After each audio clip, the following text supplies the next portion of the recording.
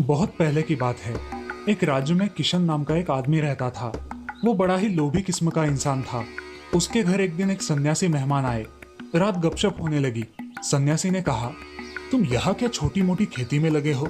थोड़ी ही दूर दूसरे राज्य है, वहां यात्रा करो तो पता चलेगा। जमीन इतनी सस्ती है कि लगभग मुफ्त में मिल जाती है। तुम ये जमीन बेच बाच कर उस राज्य में चले जाओ, वहां हजारों एकड़ जमीन मिल जाएगी। किशन का लालच जगा। दूसरे ही दिन सब बेच बाच कर वो एक घोड़े के साथ उस राज्य की राह पर चल पड़ा। जब किशन वहां पहुंचा तो उसे बात सच मालूम पड़ी। उसने पूछा कि मैं जमीन खरीदना चाहता हूँ।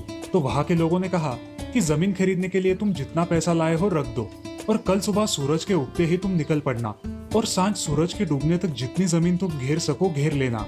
बस चलते जाना, जितनी जमीन तुम घेर लो। सूरज के डूबते डूबते उसी जगह पर लौट आना जहां से चल पड़े थे।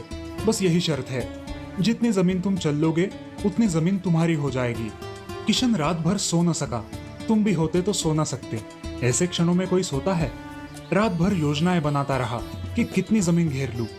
सुबह दौड़ के लिए तैयार हो गया। सारा गांव इकट्ठा हो गया। सुबह का सूरज उगा और किशन भागने के लिए तैयार हो गया।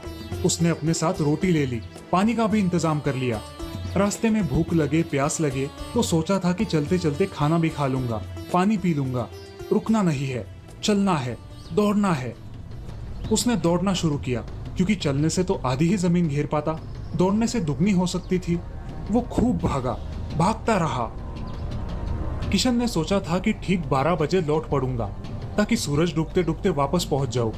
12 बज गए, मीलों चल चुका है, मगर लालच का कोई अंत है। उसने सोचा कि 12 तो बज गए, लौटना चाहिए, लेकिन सामने और उपजाऊ जमीन, और उपजाऊ जमीन, थोड़ी सी और घेर लूं।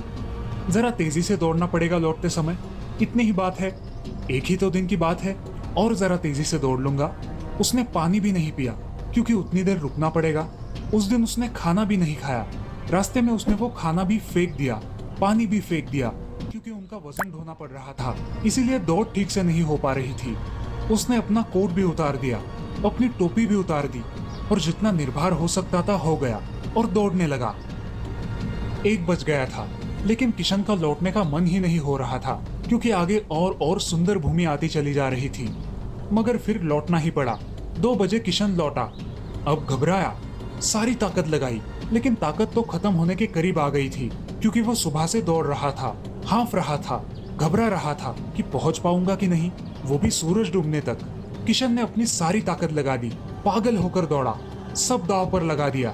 अब सूरज डूबने लगा, ज्यादा दूरी भी नहीं बची थी। किशन को अब गांव वाले लोग दिखाई पड़ने लगे थे। गांव के लोग खड़े थे, आवाज दे रहे थे कि आओ, जल्दी आ जाओ, उसे उत्साहित कर रहे थे। उन्हें देखकर वो सोचने लगा, अजीब सीधे साधे लोग हैं, इनको तो सोचना चाहिए कि मैं मर ही जाऊं तो इनको धन भी मिल जाए और जमीन भी ना जाए, मगर ये बड़ा उत्साह दे रहे हैं कि भागो और भागो। उसने आखिरी दम लगा दी, भागा, बहुत भागा। सूरज डूबने लगा, इधर सूरज डूब रहा है, उधर वो भाग रहा है। अब कुछ 5-7 गज की दूरी रह गई थी। वो अपने आप को घिसटने लगा। अब सूरज की आखिरी कोर क्षितिज पर रह गई थी। किशन घिसटते घिसटते आगे बढ़ने लगा, और जब उसका हाथ जमीन के उस टुकड़े पर पहुंचा जहां से वो भागा था, सूरज डूब गया। वहां सूरज डूबा और यहाँ किशन की मौत हो गई। इतनी मेहनत कर ली थी, शायद हृदय का दौरा पड़ा था, और यहाँ जिनको वो गांव के सीधे साधे लोग समझता था, हंसने लगे। गांव में इस तरह के पागल लोग आते ही रहते हैं। ये कोई नई घटना नहीं थी।